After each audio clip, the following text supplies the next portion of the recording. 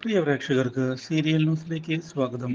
കൂടുതൽ സീരിയൽ ന്യൂസുകൾ അതിവേഗം ലഭിക്കുന്നതിന് ഈ ചാനൽ മറക്കാതെ സബ്സ്ക്രൈബ് ചെയ്യുക.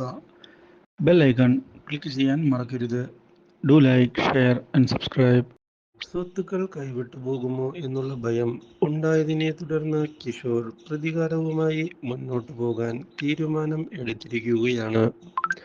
ഇതിന്റെ ഭാഗമായി തിരിച്ചടി കൊടുക്കണം എന്ന് ഉറപ്പിക്കുന്ന കിഷോർ അവർണിക ഇല്ലാതായാൽ പിന്നെ സ്വത്തുക്കൾ ചോദിച്ച് ആരും വരില്ല എന്ന് കണക്ക് കൂട്ടുകയും അതിനു വേണ്ടി ഒരു അപകടം ഉണ്ടാക്കണം എന്ന് പ്ലാൻ ചെയ്യുകയും ചെയ്യുന്നു. ഇതേ തുടർന്ന് തന്നെ ആരും സംശയിക്കാത്ത രീതിയിൽ വേണം കാര്യങ്ങൾ മുന്നോട്ട് കൊണ്ടുപോകാൻ എന്നുള്ള തീരുമാനത്തിൽ ഉറച്ചു നിൽക്കുകയും ചെയ്യുന്ന കിഷോർ ഇതേ തുടർന്ന് പ്ലാനിംഗ് നടപ്പാക്കുകയാണ്.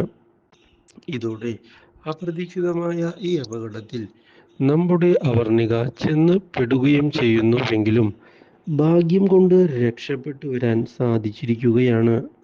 ഇതോടെ കാര്യങ്ങൾ അറിയുന്ന എല്ലാവരും അവർണികയെ കാണാൻ ചെല്ലുകയും എന്താണ് യഥാർത്ഥത്തിൽ സംഭവിച്ചത് എന്ന് ചോദിക്കുകയും ചെയ്യുന്നു.